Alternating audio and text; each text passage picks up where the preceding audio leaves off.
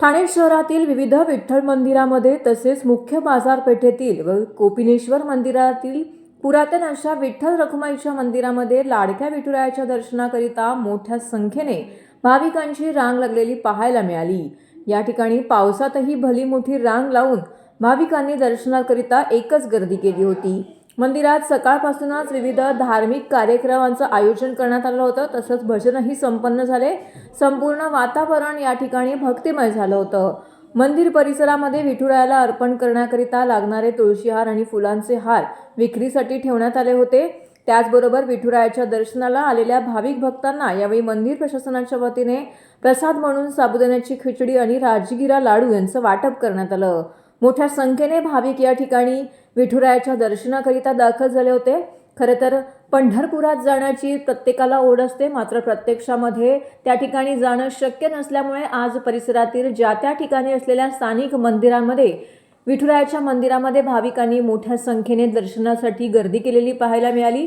त्याच अनुषंगाने ठाण्यातील बाजारपेठेच्या मध्य परिसरामध्ये असलेल्या या विठुरायाच्या मंदिरामध्ये देखील भाविकांची मोठ्या संख्येने दर्शनाकरिता गर्दी झालेली पाहायला मिळाली। अत्यंत भक्तिमय वातावरणामध्ये विठुनामाचा गजर करीत विठुनामाचे नामस्मरण करीत या ठिकाणी भाविक दर्शन घेण्याकरिता दाखल झालेले पाहायला मिळाले। अशा पद्धतीनं या ठिकाणी अत्यंत भक्तिमय आणि शिस्तमय पद्धतीनं आषाढी एकादशी मोठ्या उत्साहाने साजरी करण्यात आली।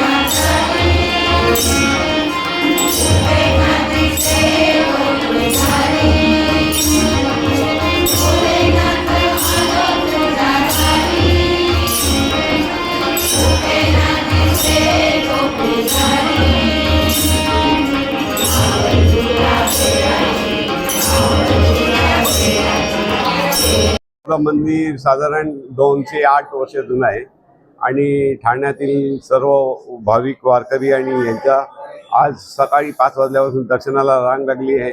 त्याच्या आधी माननीय श्री पवन कदम साहेब यांच्याकडून विधिवत पूजा करण्यात आली आहे आणि प्रसादाचा वाटप चालू आहे आणि भाविक लोक दर्शनाला येत आहेत। आपलं हे विठ्ठल मंदिर म्हणजे वारकऱ्यांचं मेन मंदिर आहे।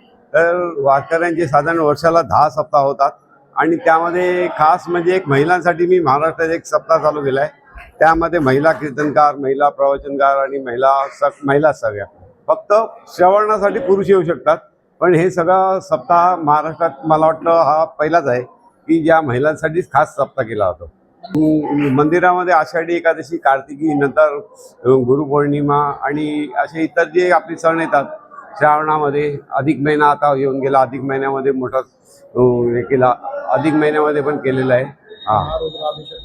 महारुद्राभिषेक केलेला आहे आणि दररोज आपण एक मोठी गोष्ट म्हणजे की रोज 400 लोकांना इकडे अन्नदान होतंय आणि त्याचा भाविक आणि इतर गरजू लोक त्याचा फायदा घेतात।